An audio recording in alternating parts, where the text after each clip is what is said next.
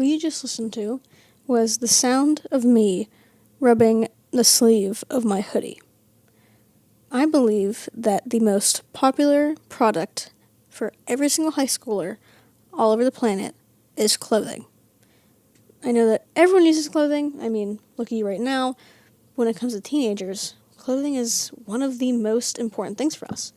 It's the most basic and popular form of self-expression, along with other beauty aspects. But why do we care so much about cloth, covering our skin compared to makeup or hair?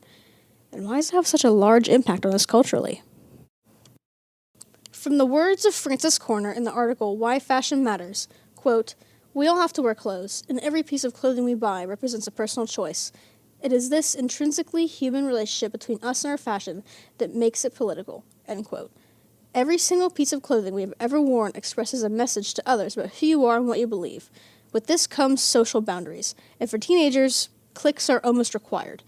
People who dress the same tend to stick together since they have the same political views. Although, not all items of clothing are loud and have a message. In America, most items of clothing lack cultural importance. The people who do wear clothing that speaks for itself are usually those in the punk or goth scene.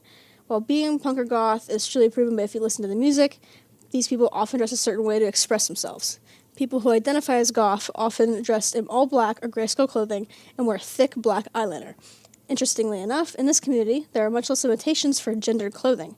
Not only does this theme of genderless clothing span other cultures, it is a big deal for Western society. Over time, as white people began to take over control of the world, the idea of strict gender roles became extremely necessary in life. It was not until the late 1970s where alternative subcultures became popular and introduced the idea of feminine men and masculine women. While it was not positively accepted at first, and rarely still is, this movement influenced so many other communities. Women are no longer expected to be wearing skirts or dresses at all times, and men are no longer expected to be strong and be the sole provider for their families.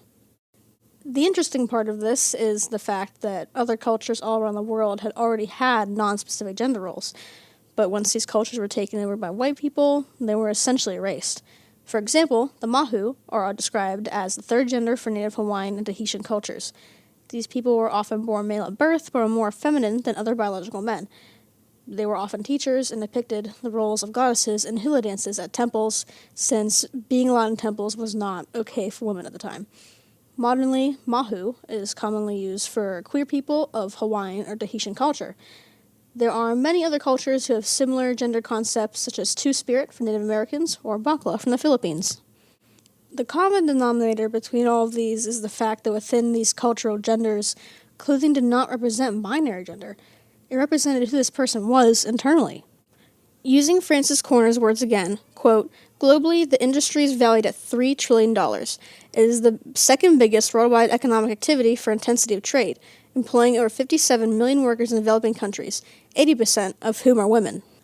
While women are discriminated against in almost every single business possible, they are able to thrive here. This industry relies heavily on women to keep up artistic talent, mathematic ability, and genuine pleasure in taking part of this industry to keep it running. Women essentially run this industry. Not only that, but Helen Story had a project called Catalytic Clothing. This project explored the idea of textiles being used to purify air when being used as the catalytic surface. The dress designer for this project was named herself, and it uses light to break down pollution into harmless chemicals. Clearly, fashion is not just about looks. It is scientific, smart, and hardworking. The women who keep this industry running are extremely intelligent and talented.